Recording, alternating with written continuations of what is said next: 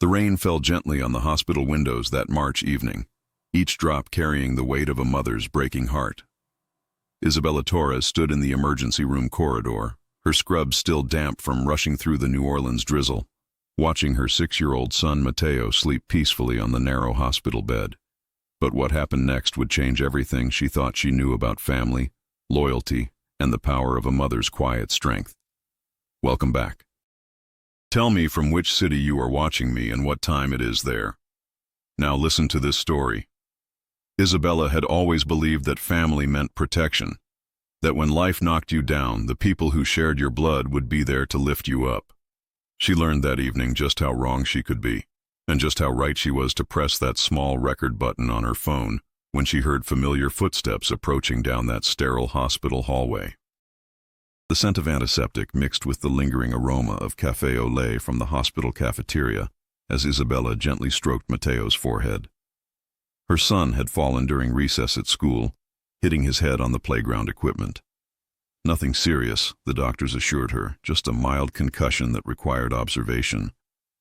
But for a single mother working double shifts as a nurse, even a minor emergency felt like the walls closing in. She had called her father Victor first. No answer. Then she tried Madeline, her stepmother of barely 8 months. The woman who had swept into their lives with her polished exterior and carefully measured smiles. The woman who had somehow convinced Victor that Isabella needed guidance, that she was struggling, that perhaps Mateo would be better off with more stable influences in his life. When Madeline finally answered, her voice carried that familiar tone of inconvenience, barely concealed behind false concern.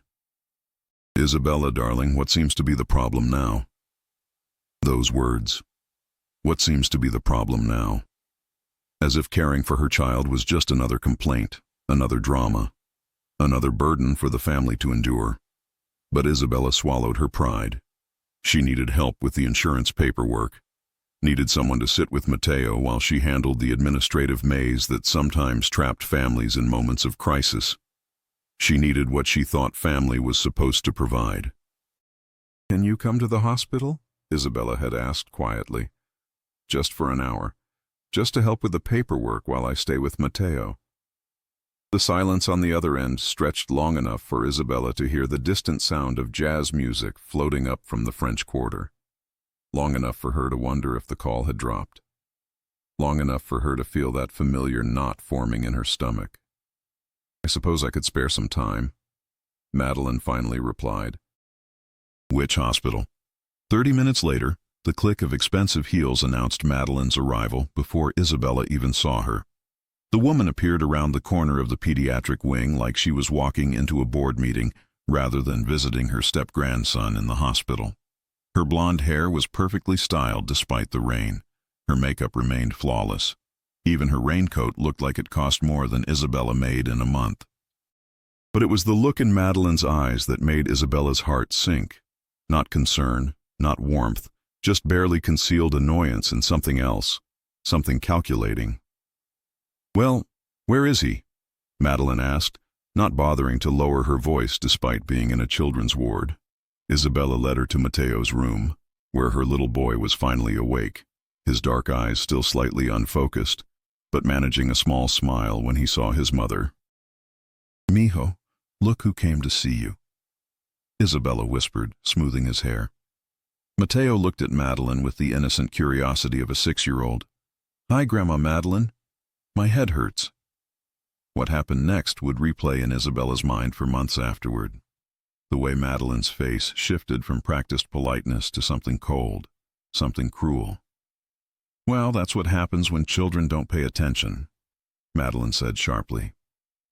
"If your mother had taught you to be more careful, we wouldn't be here, would we?" The words hit Isabella like a physical blow.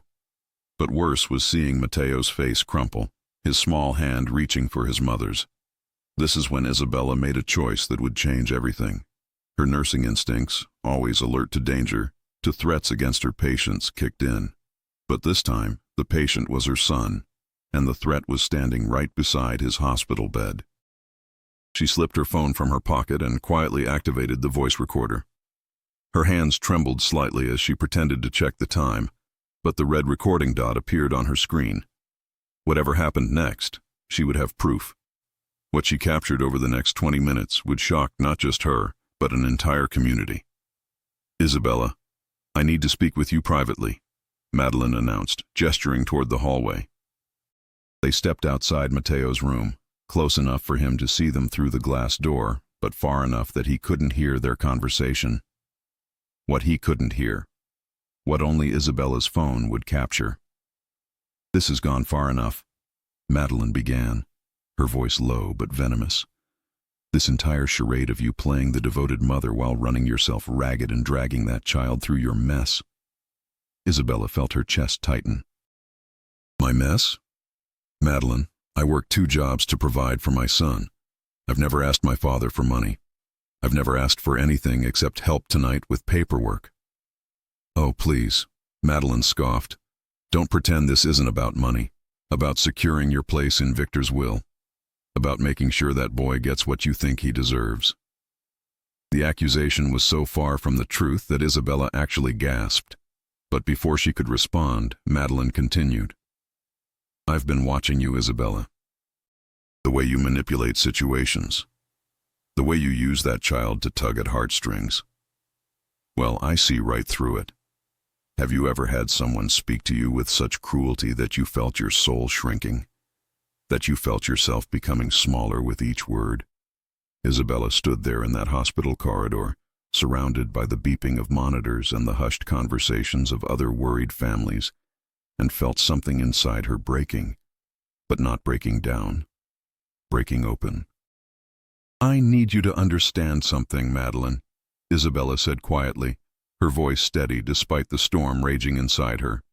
"I have never asked my father for anything except to be a grandfather to Matteo, to show up, to be present." "How convenient," Madeline snapped. "The struggling single mother with the innocent child. It's almost too perfect, isn't it?" That's when Isabella realized this wasn't really about her at all. This was about fear.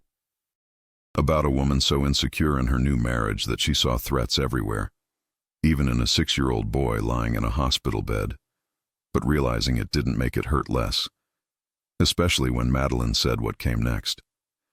"I want you to know that Victor and I have been discussing arrangements for Matteo, more stable arrangements. You're clearly overwhelmed, and that child deserves better than this chaos." The words hung in the air like poison. Isabella felt the world tilt slightly, the way it does when someone threatens the one thing that matters most to you. "What are you saying?" she whispered. "I'm saying that perhaps it's time to consider what's truly best for Matteo. And frankly, watching you struggle like this, working yourself to death while he gets shuffled around to babysitters and friends, well, it's not healthy for anyone." Isabella's phone continued recording as her heart shattered and reformed in the space of a breath. Here, in a children's hospital, while her son recovered from a minor injury, her stepmother was suggesting that she wasn't fit to raise her own child.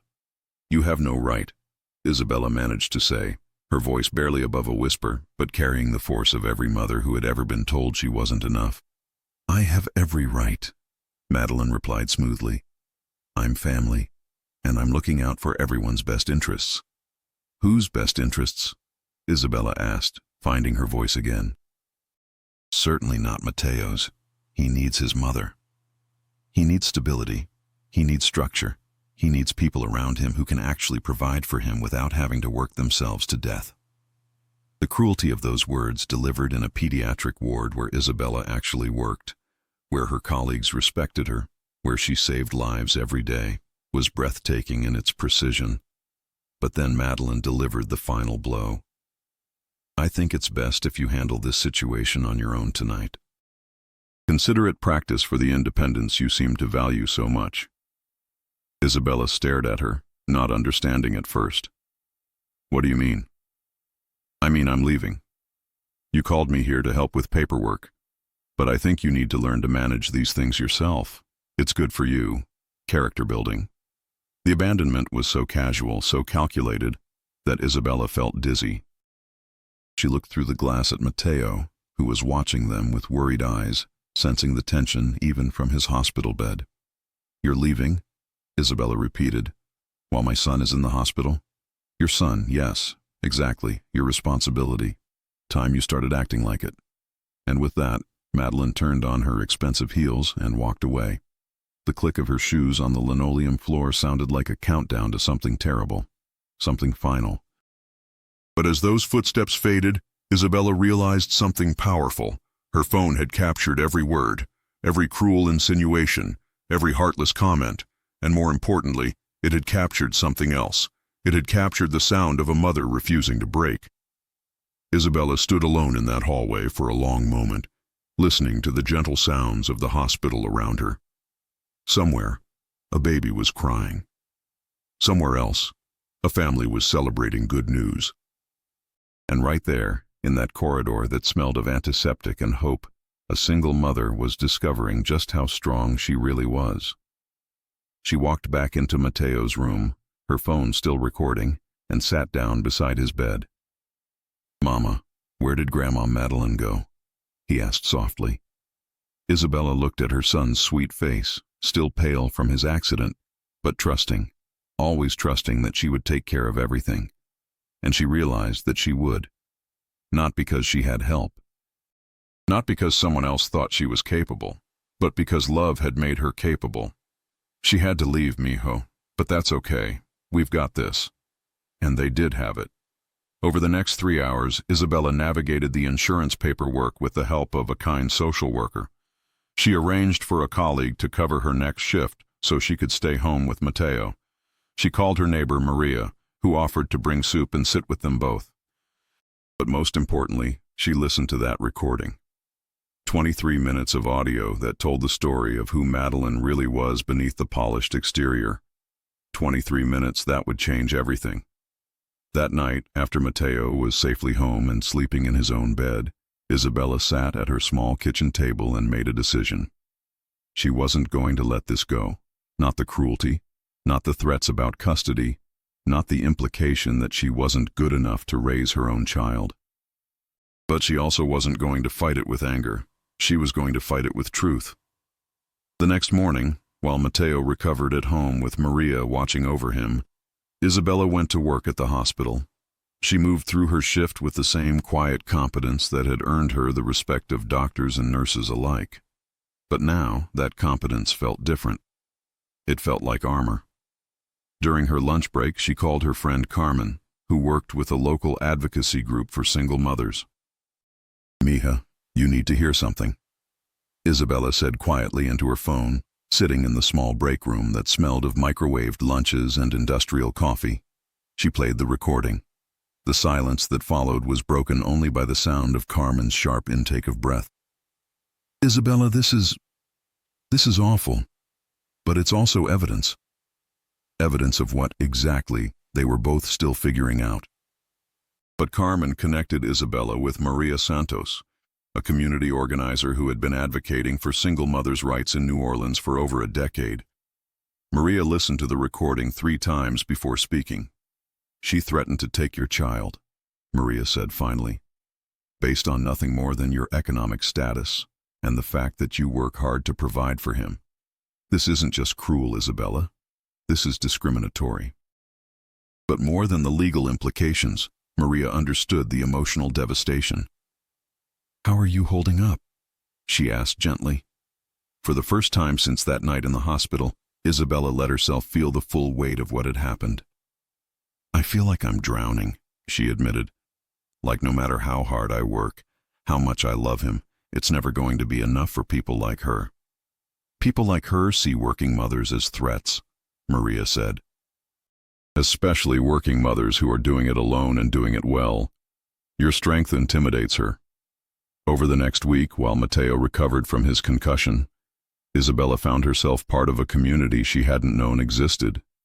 Mothers who had faced similar threats. Fathers who had been dismissed because of their zip codes or their accents or their jobs. People who understood that sometimes the people who were supposed to protect you were the ones you needed protection from. But it was Marcus who helped her see the bigger picture. Marcus Williams was a jazz musician who volunteered at the Children's Hospital, bringing his saxophone to play gentle melodies for young patients. Isabella had noticed him before, the way his music seemed to ease anxiety in both children and parents. The way he always had time to listen, even when his volunteer shift was over. They met properly in the hospital cafeteria the week after Mateo's accident. "I heard about what happened," he said quietly, sitting down across from her with his usual cup of black coffee. "How's your little boy doing?" Something about the way he asked, without judgment, without assumption, made Isabella's careful composure crack slightly. "He's okay physically," she said. "It's everything else that's complicated." Marcus listened as she told him about that night. Not the whole story, not yet, but enough to explain why she looked so exhausted. "Family can be the hardest thing to navigate," he said thoughtfully, "especially when they're supposed to be on your side." It turned out Marcus knew something about complicated family dynamics himself. Recently divorced, fighting for time with his own 8-year-old daughter Sarah. Working 3 different gigs to make ends meet while his ex-wife's new husband questioned whether a musician could provide stability. "The thing is," Marcus said, stirring his coffee slowly, "people like to put us in boxes. Single parent, struggling, unstable. They don't see the love. They don't see the sacrifice. They don't see that we're actually doing the hardest job in the world, and doing it well." Isabella felt something shift inside her chest. Recognition, understanding, the relief of being seen clearly by someone who mattered. But she wasn't ready for help yet. Wasn't ready to let anyone else into the careful balance she'd built around herself and Mateo. She'd been hurt too recently, trusted too carelessly. "I should get back to work," she said, standing up despite wanting to stay in this conversation forever. Marcus nodded, understanding written across his kind face. "I'm here if you need someone to talk to, someone who gets it." 2 weeks later, Isabella made a decision that would change everything. The Saint. Joseph Community Center was hosting their monthly meeting for local families, and Isabella had never attended before. She'd always been working, or too tired, or convinced she could handle everything on her own. But Maria Santos had convinced her to come this time. "Your story matters," Maria had said, "and sharing it might help other mothers facing the same thing." The community center smelled like coffee and hope. Folding chairs arranged in a circle, faces that looked like hers and faces that didn't, but all carrying the same weight of responsibility, of love, of determination to do better for their children. When her turn came to speak, Isabella's hands trembled as she pulled out her phone. "3 weeks ago," she began, her voice barely above a whisper, "my son had an accident at school. Nothing serious, but he had to go to the hospital for observation." She looked around the circle at faces that were already leaning in, already understanding that this was going somewhere important.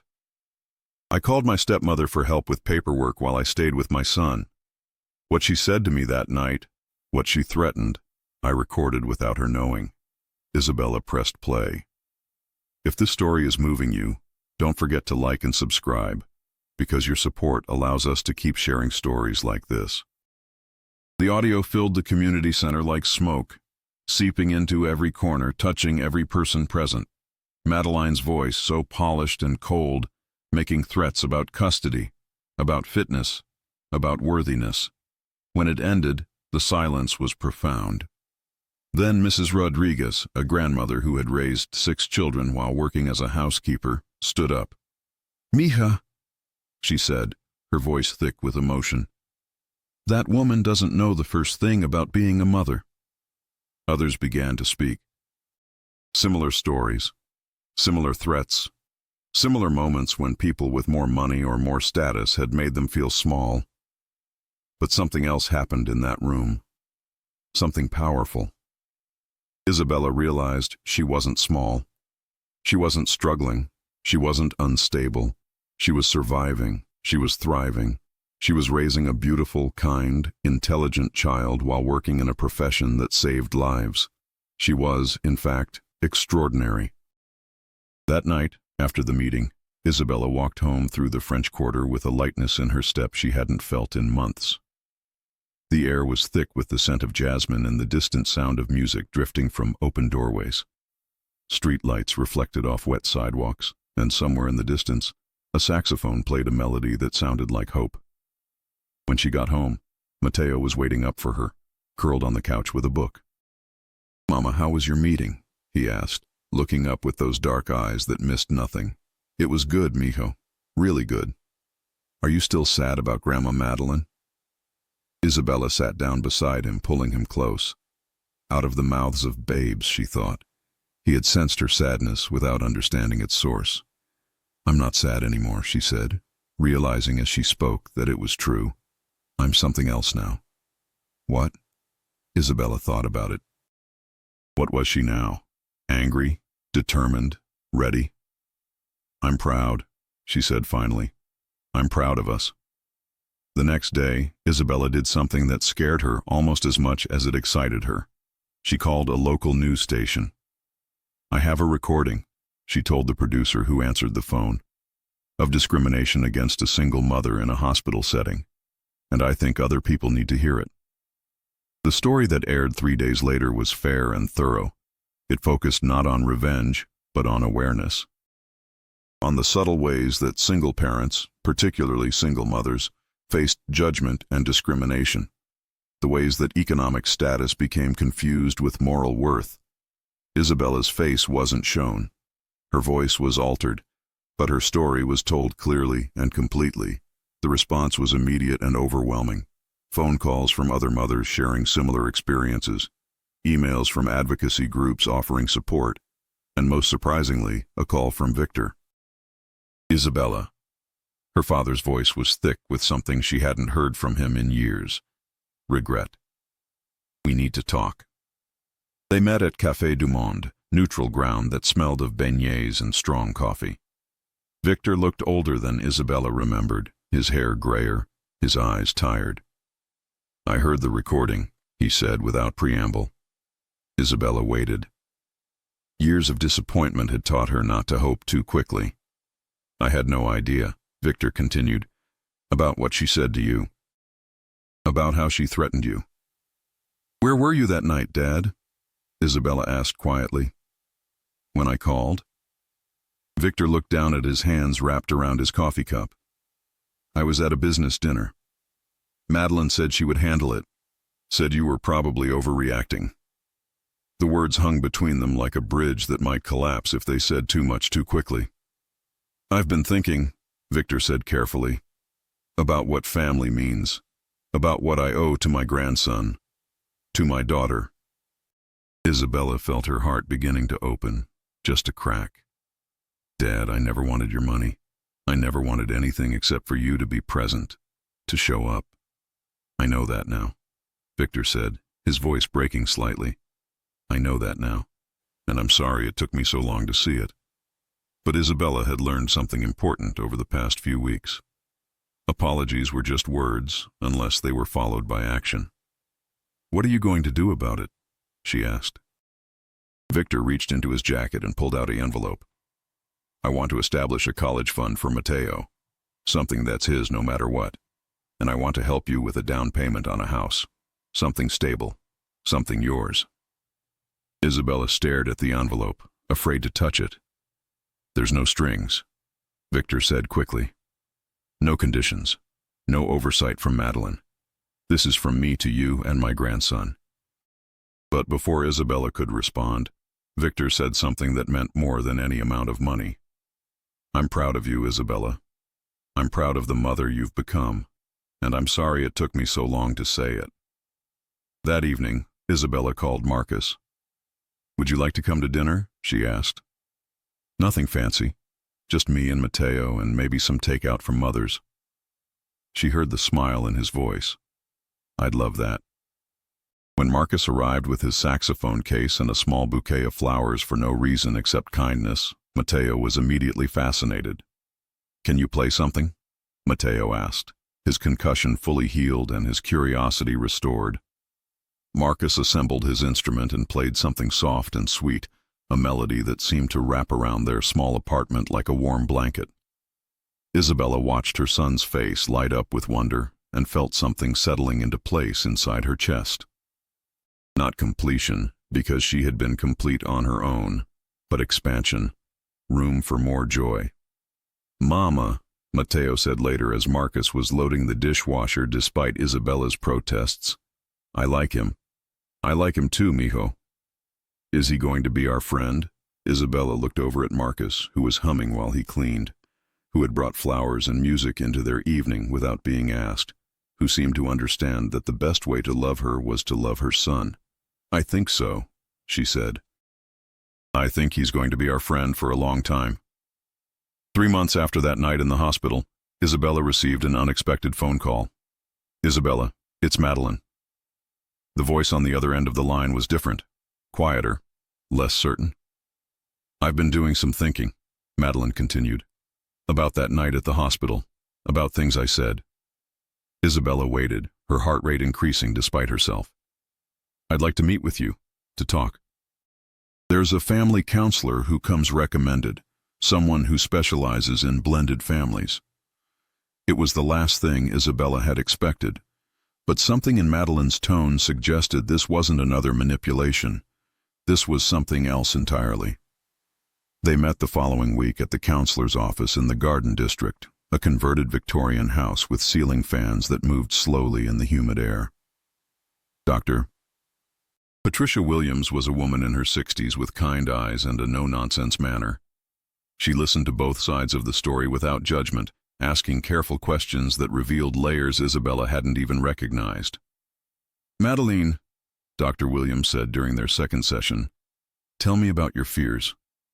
And that's when everything changed. I've never been anyone's mother, Madeline admitted, her carefully constructed facade finally cracking. I married Victor thinking I could figure it out, thinking love would be enough. But Isabella, she makes it look so easy. Isabella stared at her stepmother, seeing her clearly for the first time. Easy?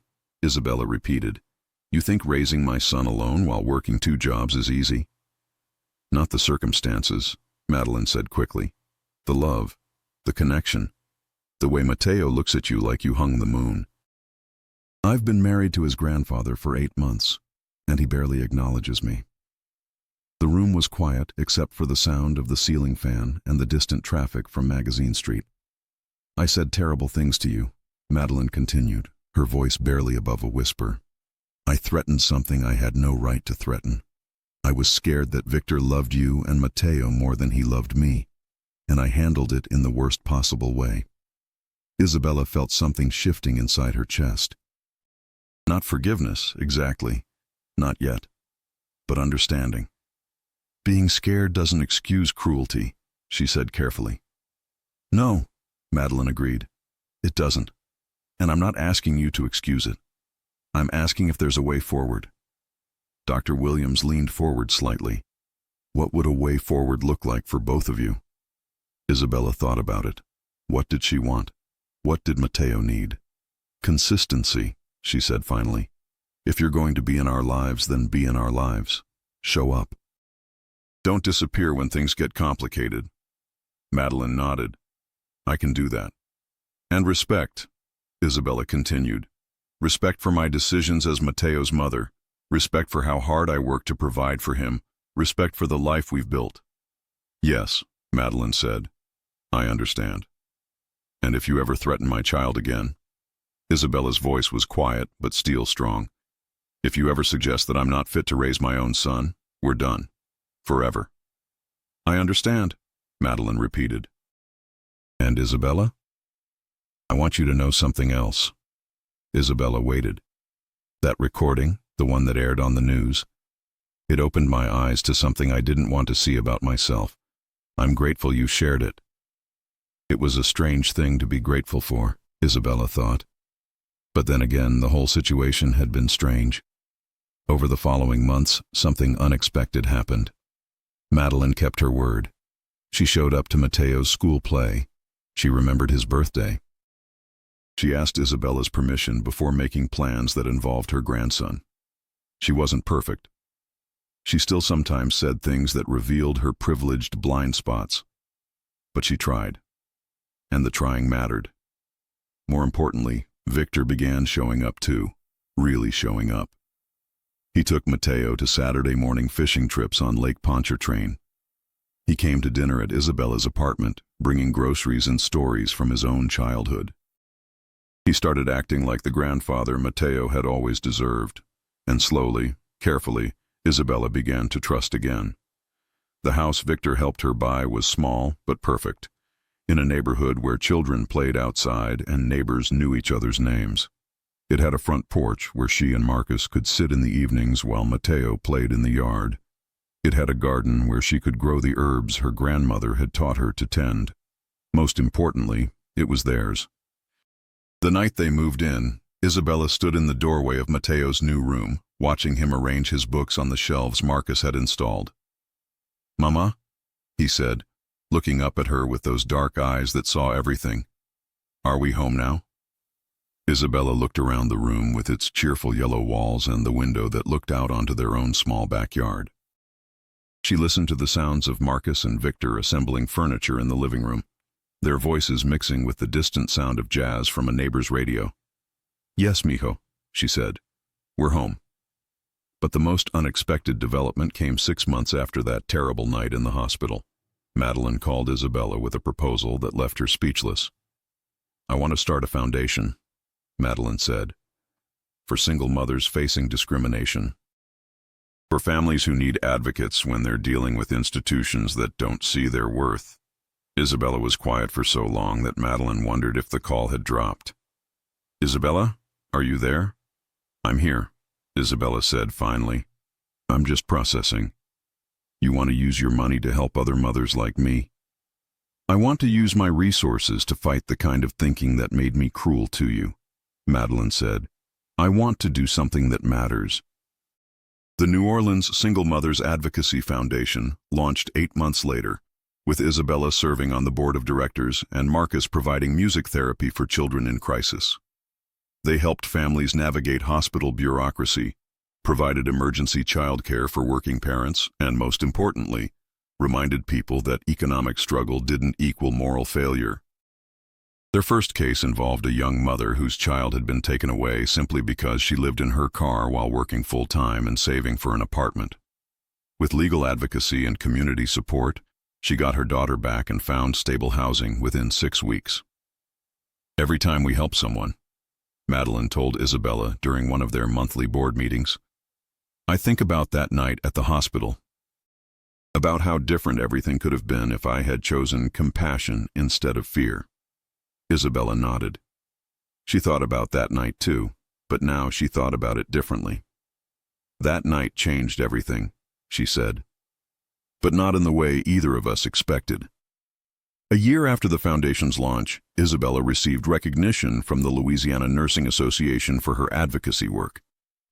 She stood at the podium in a hotel ballroom filled with her colleagues, looking out at faces that included Marcus, Victor, Matteo, and yes, even Madeline. "When I became a mother," Isabella said into the microphone, her voice steady and strong, "I thought my job was to protect my child from the world. I've learned that sometimes my job is to protect the world for my child." She talked about dignity, about worth, about the difference between struggling and failing. "Every parent in this room knows what it feels like to worry that you're not enough," she said. "But love makes us enough. Dedication makes us enough. And sometimes, when we're really lucky, community makes us more than enough." When she finished speaking, the applause went on for what felt like minutes. But what mattered most to Isabella was the look on Matteo's face. Pride. Pure, shining pride in his mother. After the ceremony, as they walked to the parking garage together, Matteo slipped his hand into hers. "Mama, when I grow up, I want to be like you." Isabella squeezed his hand gently. "What do you mean, mijo?" "Strong," he said simply. "I want to be strong like you." That night, after Matteo was asleep in his own bed in their own house, Isabella sat on the front porch with Marcus. The air was thick with the scent of night-blooming jasmine and the distant sound of music from the French Quarter. "Do you ever think about that night?" Marcus asked, his arm around her shoulders. Isabella considered the question. Did she think about it? Every day, but not with pain anymore. "I think about how quiet I felt," she said finally. "How small, how alone. And now?" Isabella looked out at their neighborhood, where porch lights glowed warmly, and the sounds of families settling in for the night created a symphony of belonging. Now I know that quiet was really strength gathering itself. That small was really focused, and that alone was really independent. She leaned into Marcus's warmth, feeling grateful for love that didn't require her to be anything other than exactly who she was. I think that recording saved my life, she added, not just legally, but spiritually. It reminded me that my story mattered, that my truth mattered. 2 years after that night in the hospital, Isabella received a letter that would make her cry tears of joy and vindication. It was from the mother whose child they had helped reunite through the foundation. The woman had recently graduated from a nursing program and wanted Isabella to know that her advocacy had inspired more than just legal intervention. "You showed me that being a good mother isn't about having money," the letter read. "It's about having love, determination, and the courage to fight for what's right. Because of you, my daughter and I are not just surviving, we're thriving." Isabella shared the letter with Matteo, who was now 8 years old and reading at a 5th grade level. "Mama, are you famous?" he asked, looking at the letter with interest. Isabella laughed. "No, mijo. I'm just a mother who learned to use her voice." "I think that's the best kind of famous," Matteo said seriously. And maybe he was right. The foundation grew. The advocacy work expanded. Isabella was promoted to nurse manager at the hospital. Marcus's music therapy program became a model for other cities. Victor became the grandfather he had always been capable of being. And Madeline transformed from a potentially destructive force into an ally in the fight for family justice. But the most important transformation was Isabella's relationship with herself. She no longer carried the weight of other people's judgments. She no longer measured her worth by her struggles. She no longer apologized for working hard or needing help or making choices based on love rather than convenience. She had learned that recording that conversation was just the beginning. The real work was learning to believe what the recording proved, that she was a good mother, a valuable person, and someone worthy of respect. On a warm evening in late spring, Isabella stood in her garden watching Matteo help Marcus plant tomatoes. The three of them had developed their own rhythm over the years, their own traditions, their own way of being family.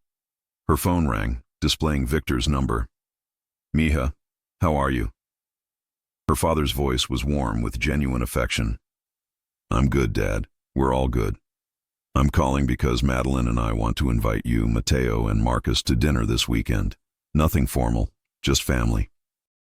Isabella smiled, watching her son's dirt-covered hands carefully placing seeds in the earth that would nurture them into something beautiful. "We'd love that," she said.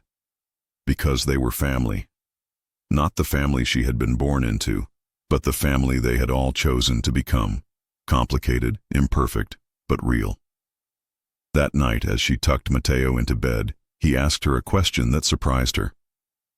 "Mama, do you remember when I got hurt at school and we went to the hospital?" Isabella's heart skipped slightly. They had never talked directly about that night, about what happened with Madeline, about the recording that changed their lives. "I remember," she said carefully. "Why do you ask?" "I was scared that night," Matteo said quietly. "Not because of my head, because I could tell something bad was happening between you and Grandma Madeline." Isabella sat down on the edge of his bed, smoothing his hair. "What made you feel better?" she asked. Matteo thought about it for a moment. "When you came back into the room and said we had it," he said finally. "I knew that meant everything was going to be okay." Isabella felt tears prick her eyes. "Do you still feel that way? That everything's okay?"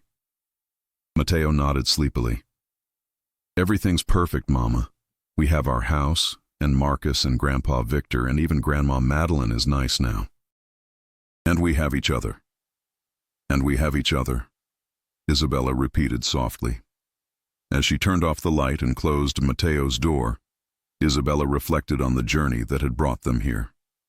From that terrible night when she felt so alone, so judged, so threatened, to this moment when her son could say with confidence that everything was perfect. Perfect not because there were no problems, but because there was enough love to face whatever problems arose. Perfect not because they had money or status or other people's approval, but because they had each other and the strength that comes from knowing your own worth. Perfect, because Isabella had learned to see herself the way Matteo saw her, as someone who could handle anything, who would always fight for what was right, who was enough exactly as she was. The recording that had begun as evidence of cruelty had become something else entirely. It had become proof of resilience. Proof that truth spoken with courage could change not just individual lives, but entire communities. It had become the soundtrack to a transformation that started with pain but ended with power. Have you ever lived through or known someone who went through something similar? Have you ever felt invisible, judged or dismissed because of circumstances beyond your control? Have you ever discovered that the thing meant to hurt you actually revealed your strength? Isabella's story reminds us that sometimes the worst moments in our lives are actually the moments when we discover who we really are, when we learn what we're capable of, when we realize that we have been enough all along. Her journey from that hospital corridor to the foundation boardroom wasn't just about proving others wrong. It was about proving herself right. Right to trust her instincts, right to fight for her child, right to demand respect and dignity regardless of her bank account or relationship status. The recording captured more than Madeline's cruelty. It captured Isabella's quiet strength, her refusal to be diminished, her commitment to protecting not just her son, but the truth itself. And in the end, that truth transformed everyone it touched. Even Madeline, who learned that fear makes us cruel, but courage makes us capable of redemption. Even Victor, who learned that being present matters more than providing, though both have their place. Even Marcus, who learned that love doesn't require fixing someone, just seeing them clearly. And most importantly, Isabella herself, who learned that she had never been struggling. She had been succeeding under difficult circumstances, which is actually the most impressive kind of success there is. Today, when Isabella speaks to groups of single parents or advocates for family justice, she always ends with the same message. Your story matters. Your truth matters. Your love is enough. And sometimes, when she really wants to drive the point home, she plays that recording. Not for revenge or vindication, but as proof that dignity cannot be taken away unless you give it away. That cruel voices lose their power when you stop believing what they say about you and start believing what love says about you instead. But the story doesn't end there, because powerful stories never really end. They ripple outward, touching lives in ways we can't predict or measure. 3 years after that night in the hospital, Isabella received a call that would prove just how far those ripples had traveled. Mrs. Torres? This is Jennifer Matthews from the Department of Children and Family Services in Baton Rouge. I hope you don't mind me calling, but your advocacy work has reached us here. Isabella shifted the phone to her other ear, intrigued. She was in her garden, watching Matteo and Marcus build a treehouse in the old oak that shaded their backyard. "How can I help you?" she asked. "We have a situation here that reminds me of your case," Jennifer continued. A single father, recent immigrant, works 3 jobs to support his twin daughters. The girls' school has reported him to us because they sometimes fall asleep in class. Instead of investigating why, because he works nights and can't afford child care, they've assumed neglect. Isabella's chest tightened with familiar anger. "What do you need from me? Would you consider coming to speak at a training session for our social workers, to help them understand the difference between poverty and neglect, between struggling and failing?" A month later, Isabella stood in a conference room in Baton Rouge, facing 30 social workers, case managers, and child welfare advocates. She had prepared a presentation about bias in family services, about the importance of looking deeper than surface circumstances. But when the time came to speak, she found herself doing something different. She pulled out her phone. 3 years ago, she began, I was standing in a hospital corridor with my injured son, and someone I trusted said things to me that almost destroyed my faith in myself as a mother. She played the recording. In the silence that followed, Isabella saw recognition on faces throughout the room. Not just professional recognition, but personal understanding. How many of you have made assumptions about parents based on where they live, what jobs they work, or how they dress? She asked gently. Hands went up slowly, reluctantly, honestly. How many of you grew up in families that would have looked unstable to outsiders but were actually filled with love? More hands, tears in some eyes. The recording you just heard wasn't just about one cruel woman's insecurities. Isabella continued. It was about a system of thinking that equates economic struggle with moral failure, that sees single parents as inherently suspect, that mistakes exhaustion for incompetence. She told them about the father with the twin daughters, about how she had met with him and learned his story, how he had fled violence in his home country with his girls, how he worked construction during the day, cleaned offices at night, and drove for a rideshare service on weekends. How he sang to his daughters in Spanish every morning before school and helped them with homework every evening, despite his own limited English. His girls were falling asleep in class not because he was neglecting them, but because they sometimes had to come with him to his night job when the babysitter couldn't work. Isabella explained. Instead of reporting neglect, that school could have connected him with resources, could have helped us find sustainable child care, could have seen a father doing everything possible to provide for his children. One of the social workers, an older woman with kind eyes, raised her hand. What happened to him? To the girls? Isabella smiled. The foundation helped him find stable child care through a program for working parents. His supervisor at the construction company agreed to give him more day hours when possible. And those same teachers who reported him now showcase his daughter's bilingual presentations as examples of excellence. But more important than the individual success stories was what happened next in that training session. The social workers began sharing their own stories, times when they had made quick judgments, times when they had looked deeper and found strength where they expected to find failure.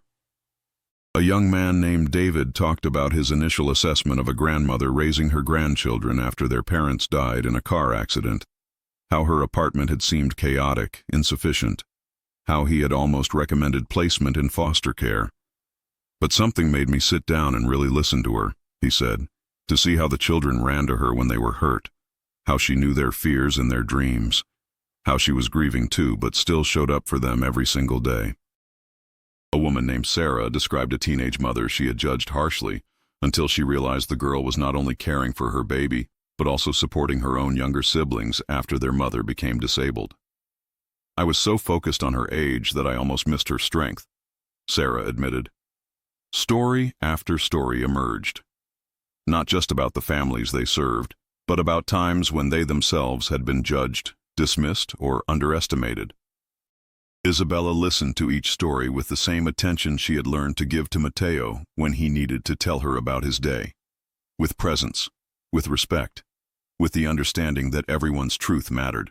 When the training session ended, Jennifer Matthews approached Isabella with tears in her eyes.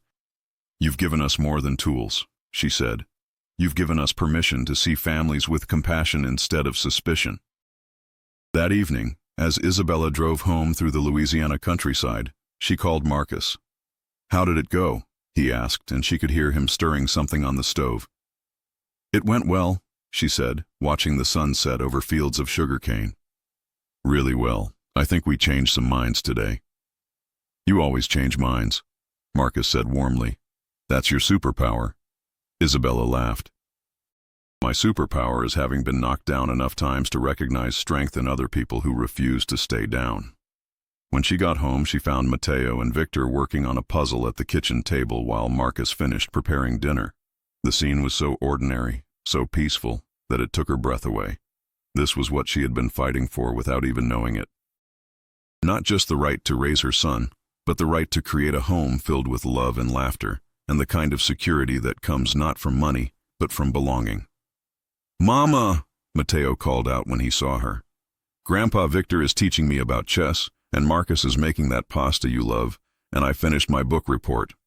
Isabella kissed the top of his head, breathing in the scent of his hair that somehow still smelled like baby shampoo, even though he was 8 years old. "What was your book report about?" she asked. "Heroes," Mateo said seriously. Mrs. Henderson said we should write about someone who shows courage in the face of adversity. Isabella felt her heart skip. Who did you choose? Mateo grinned up at her. You, Mama. I wrote about you. Later that night, after dinner and homework and the bedtime routine that had become sacred in their household, Isabella read Mateo's book report. My mother is a hero, it began. Not because she has superpowers, but because she has super love. When bad things happen, she doesn't get scared or give up. She gets stronger, and she makes everyone around her stronger too. He had written about the night at the hospital, though not in the way Isabella expected. He hadn't focused on the drama or the conflict. Instead, he had written about how she had stayed calm, how she had made sure he felt safe, how she had handled everything that needed to be handled. Heroes don't always fight dragons, his report concluded. Sometimes they fight to make sure kids have clean clothes and healthy food and someone who believes in them. Sometimes they fight to make the world more fair for everyone. My mama fights both kinds of fights, and she always wins. Isabella wiped away tears as she finished reading. When had her little boy become so wise? When had he learned to see not just her actions, but her heart? She thought about all the ways this journey had changed her. How that terrible night in the hospital had been the catalyst for discoveries she never could have imagined. How recording Madeline's cruelty had led not to revenge, but to healing. How her pain had transformed into purpose. The foundation now helped over 200 families a year. Isabella had been invited to speak at conferences across the South. The hospital where she worked had implemented new training protocols for staff working with struggling families. But none of those accomplishments felt as important as this. Her son saw her as a hero. The next weekend, the extended family gathered for their monthly dinner at Victor and Madeline's house. It had become a tradition over the past year, these Sunday evening meals where they all came together.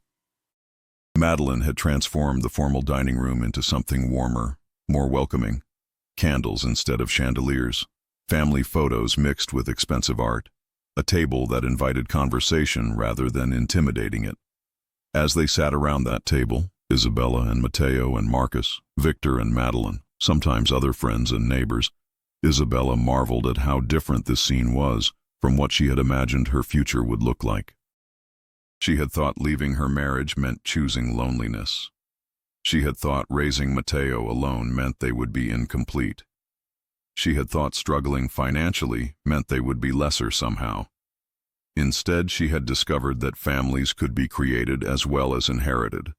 That strength could come from community as well as independence. That love multiplied when it was shared freely, rather than hoarded fearfully. Isabella, Madeline said during dessert, I have something I want to share with everyone. The table grew quiet, attentive. Next month marks the 3rd anniversary of the foundation, Madeline continued, and I wanted to announce that we're expanding our services. She looked directly at Isabella as she spoke. We're launching a legal clinic for family advocacy. Free legal services for parents facing discrimination or unfair treatment by institutions.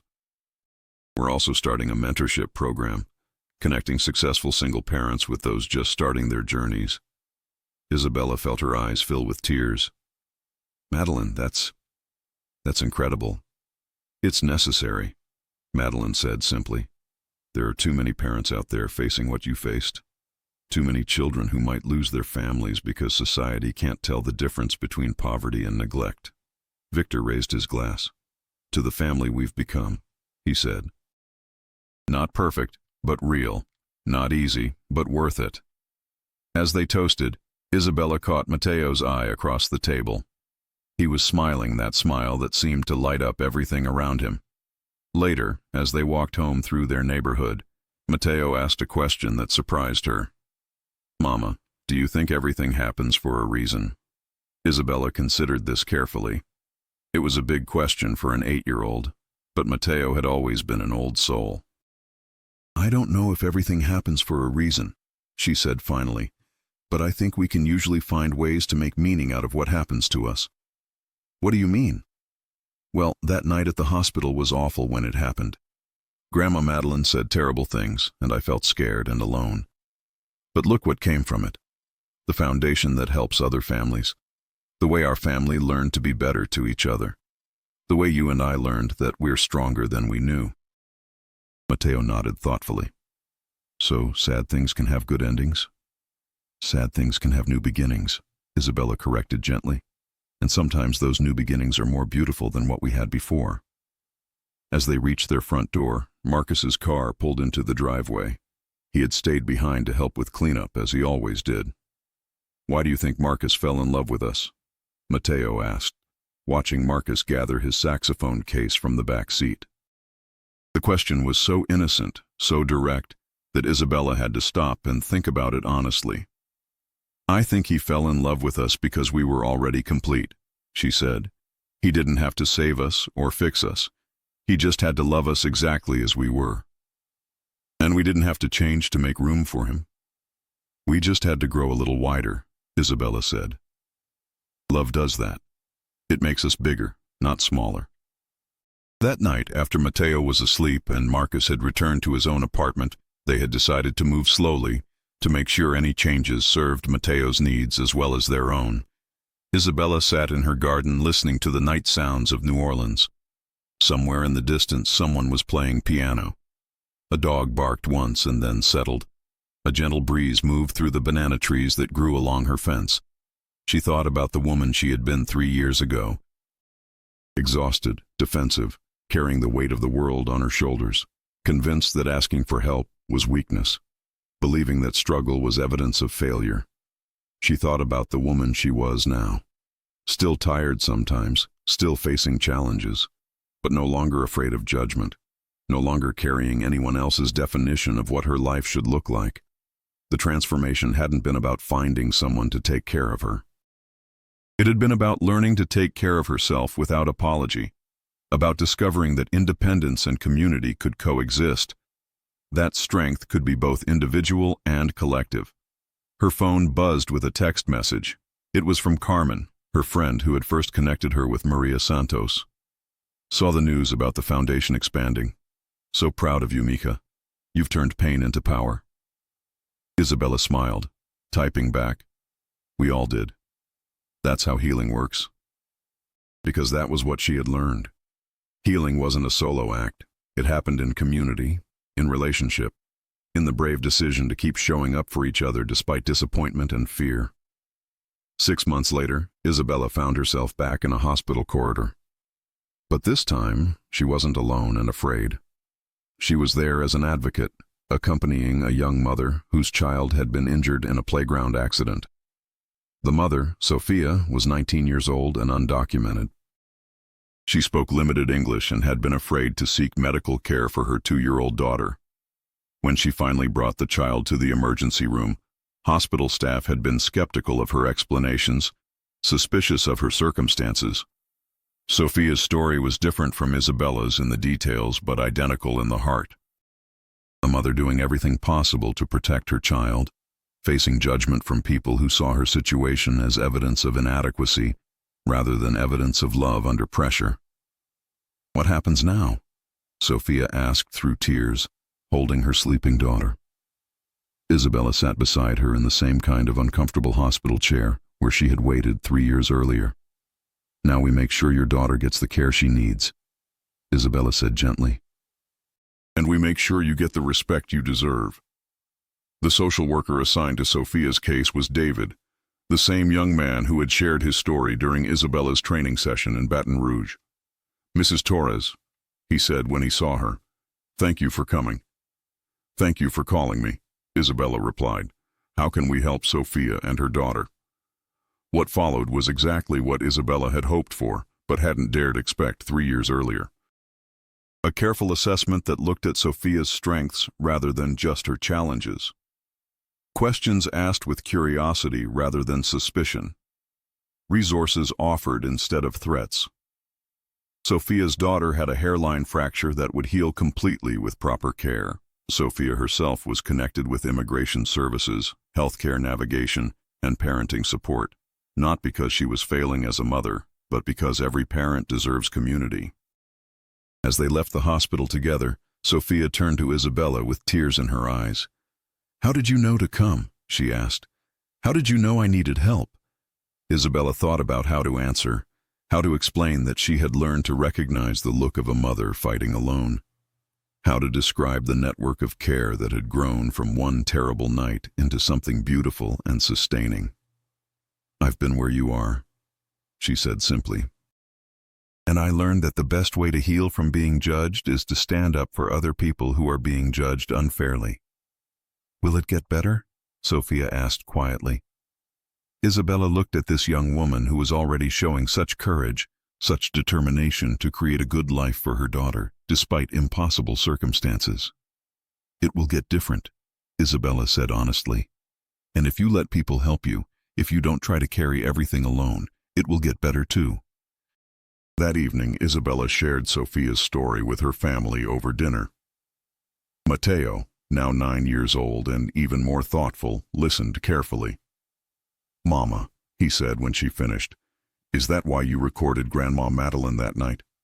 So you could help other people like Sophia?" The question caught Isabella off guard. She had never thought of it that way, had never framed her decision to start recording as anything more than desperate self-protection. But maybe Matteo was right. Maybe some part of her had known that her story mattered beyond just her and her son. Maybe she had intuited that truth shared bravely could become a tool for healing. "I recorded her because I needed proof," Isabella said carefully. "But I shared the recording because I thought it might help other mothers know they weren't alone." "And did it?"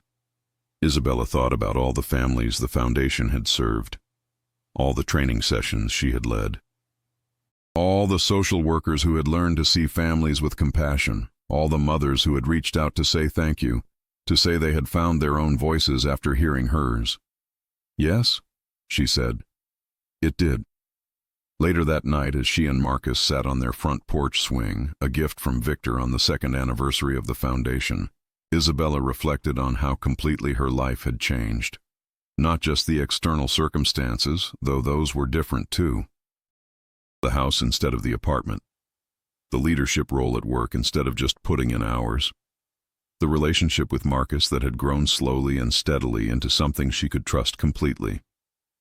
But more than the external changes, there was the internal transformation, the way she moved through the world now with confidence rather than defensiveness, the way she accepted compliments instead of deflecting them, the way she asked for help without shame and offered help without martyrdom. "What are you thinking about?" Marcus asked, his arm around her shoulders. "Everything," Isabella said. "How different this is from what I thought my life would look like." "Better different or just different? Isabella considered the question seriously. "Better," she said definitely. "So much better." "Even the hard parts? The conflict with Madeline, the stress of advocacy work, having to relive that night over and over when you share your story? Even those parts," Isabella said, "because they led to growth, to connection, to purpose." They sat in comfortable silence for a while, listening to the sounds of evening settling over their neighborhood. Children's laughter from a nearby backyard, the distant sound of jazz from the French Quarter, the gentle creak of their porch swing.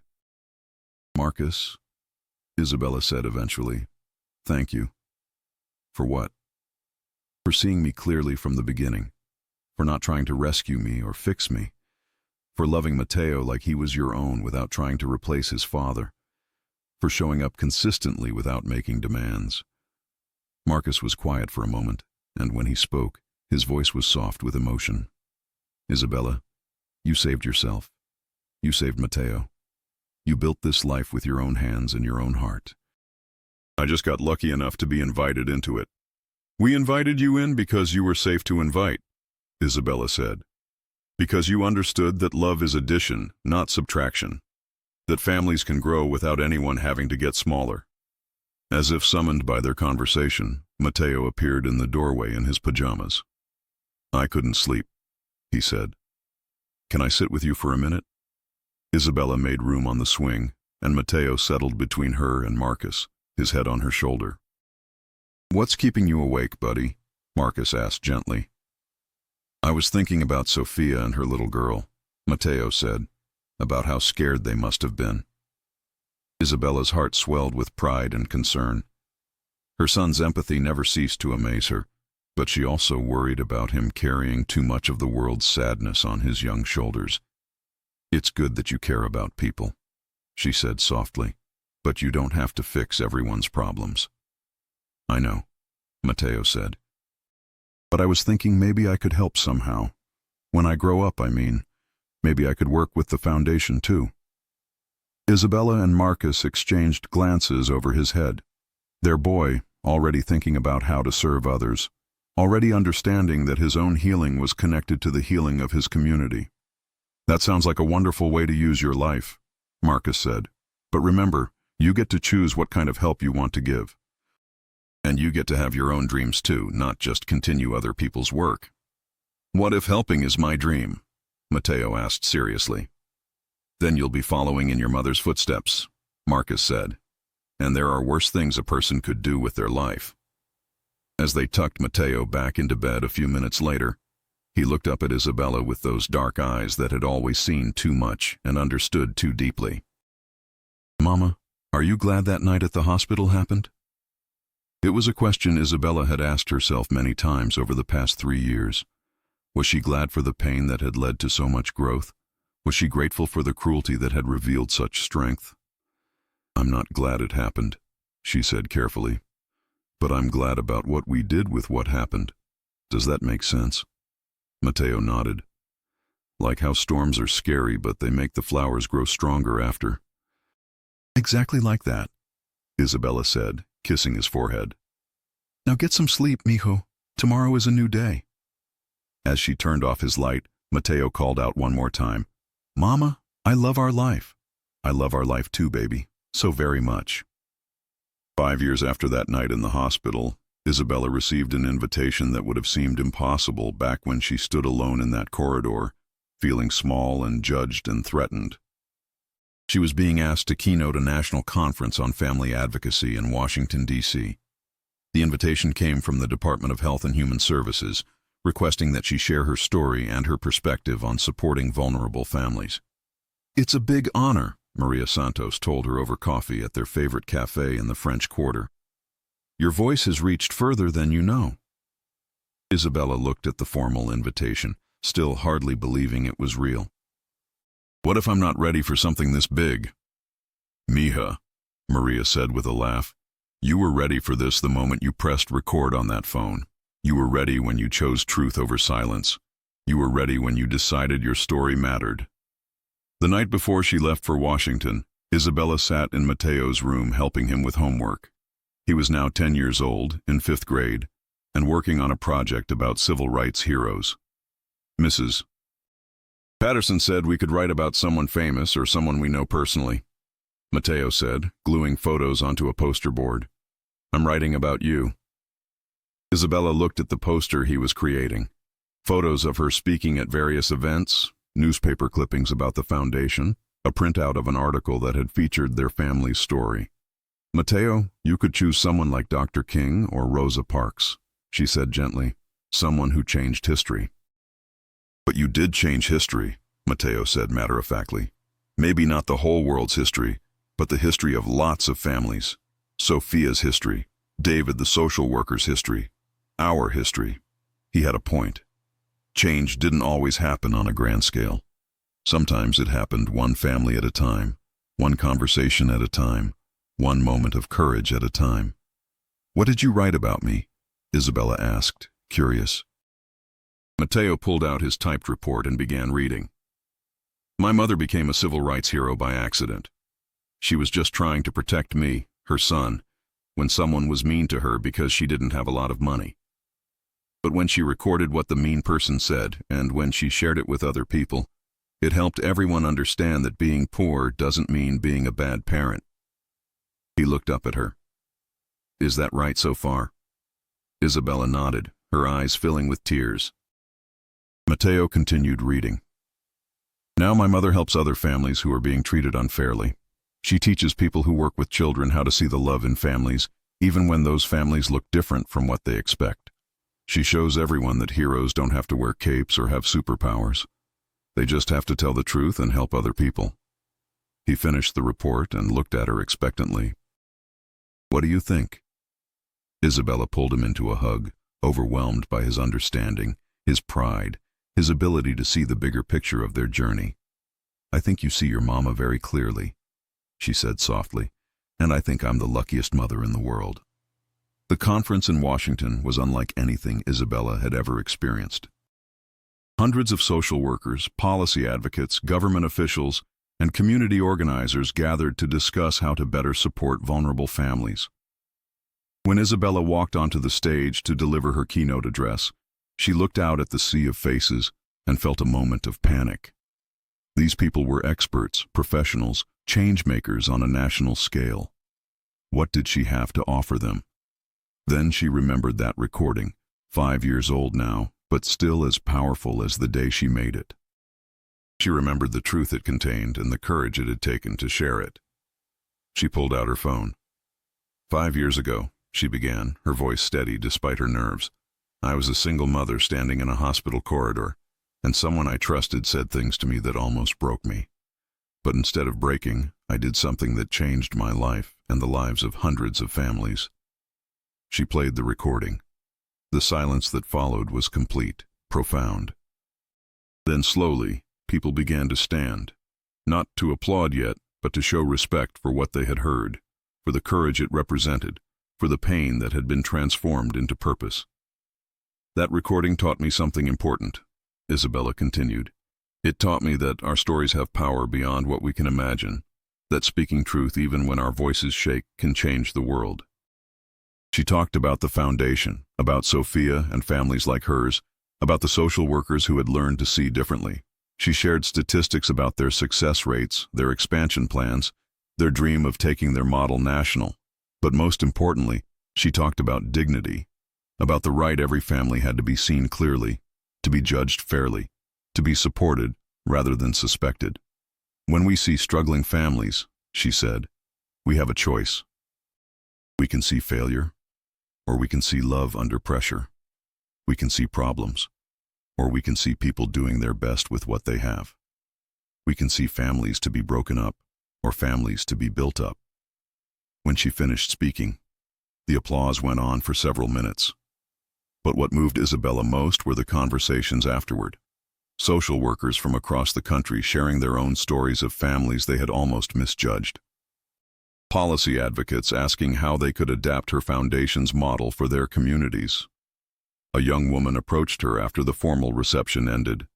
"Ms. Torres, I'm Jessica Rivera from New Mexico. I'm a single mother and a law student, and I heard your story on a podcast 2 years ago."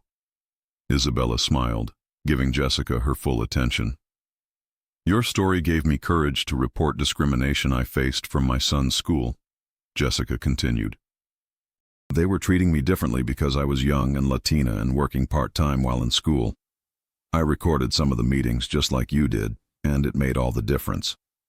Stories like Jessica's filled Isabella's hotel room that evening as people reached out through the conference app, through social media, through the Foundation's website. Mothers and fathers who had found their voices after hearing hers. Social workers who had changed their practices. Communities that had started their own advocacy programs. That night, Isabella called home to check in with Mateo, who was staying with Victor and Madeline while she traveled. "How did your speech go, Mama?" he asked. "It went really well, mijo. A lot of people said they want to start programs like ours in their cities." "Are you famous now?" Mateo asked with his characteristic directness. Isabella laughed. "I don't think famous is the right word. But I think our story is helping more people than I ever imagined it could." "Good," Mateo said simply. "That makes me proud." After she hung up, Isabella stood at her hotel room window, looking out at the lights of the nation's capital. She thought about the little girl she had been, growing up in a family that struggled but loved fiercely. About the young woman who had divorced an unfaithful husband and faced single motherhood with terror and determination. About the nurse who had worked double shifts and still worried she wasn't providing enough. All of those versions of herself had led to this moment, to this opportunity to influence policy, to change systems, to give voice to families who needed advocates. But the most remarkable thing wasn't the recognition or the platform. It was the internal transformation that had made all of this possible. The journey from shame to pride, from defensiveness to advocacy, from isolation to community. The recording had been just the beginning.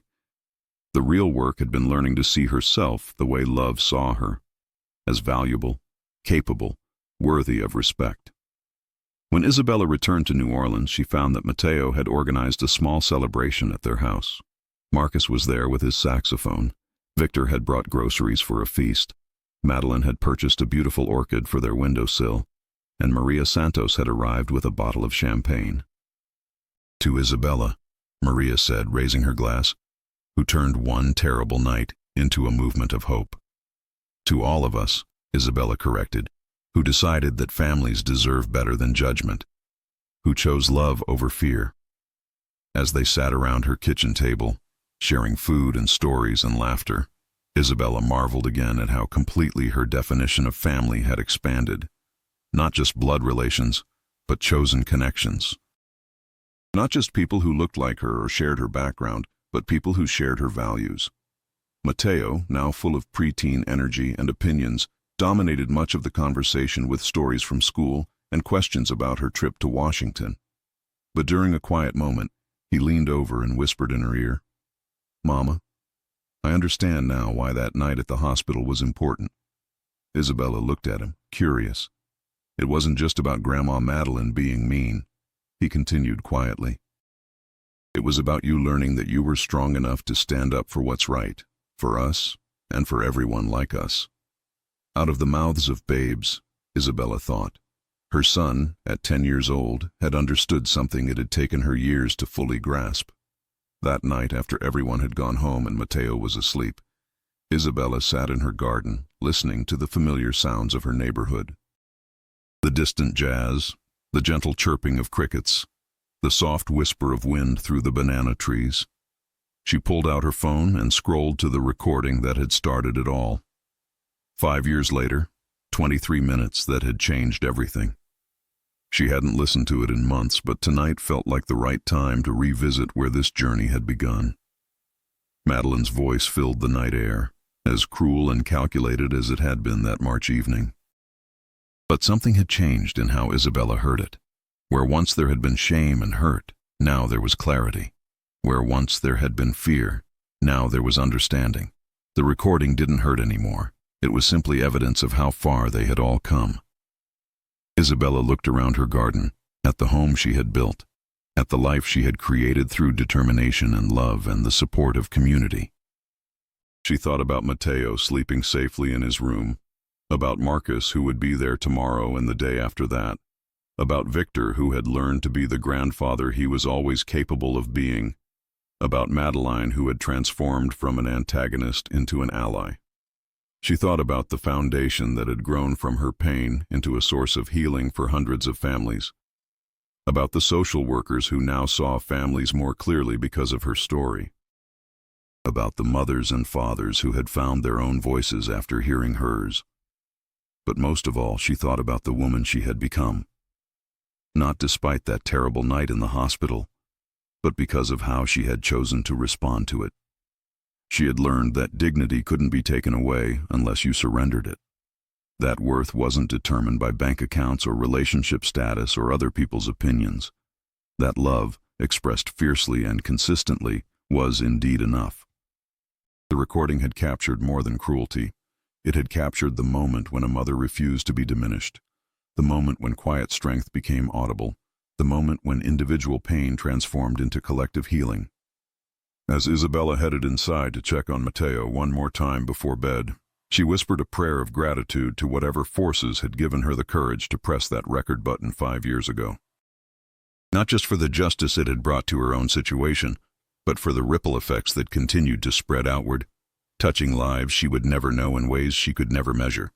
She paused in Mateo's doorway, watching her son sleep peacefully in his own bed, in their own house, surrounded by love and security, and the kind of stability that comes not from money, but from being truly known and valued. "Sweet dreams, mijo," she whispered. "We made it." And they had. Not to the end of challenges or struggles, but to a place of strength and community, and unshakable knowledge of their own worth. The recording would always be part of their story, but it was no longer the most important part. The most important part was what came after. The choice to heal, to help, to transform pain into power and isolation into connection. If this story resonated with you, if it reminded you of your own moments of struggle or triumph, if it made you think about the power of truth and the importance of community, give it a like and subscribe so you don't miss the next ones. Because stories like Isabella's need to be heard. They need to be shared. They need to remind us all that we are stronger than we know, more valuable than we've been told, and absolutely worthy of respect, dignity, and love. Share this story with someone who needs to remember their own strength. Comment below about your own experiences with judgment or discrimination. And remember, you are enough, exactly as you are, right where you are, working with what you have. Just like Isabella. Just like every parent who has ever loved fiercely in the face of doubt. Just like everyone who has ever recorded their truth and discovered it was more powerful than they ever imagined.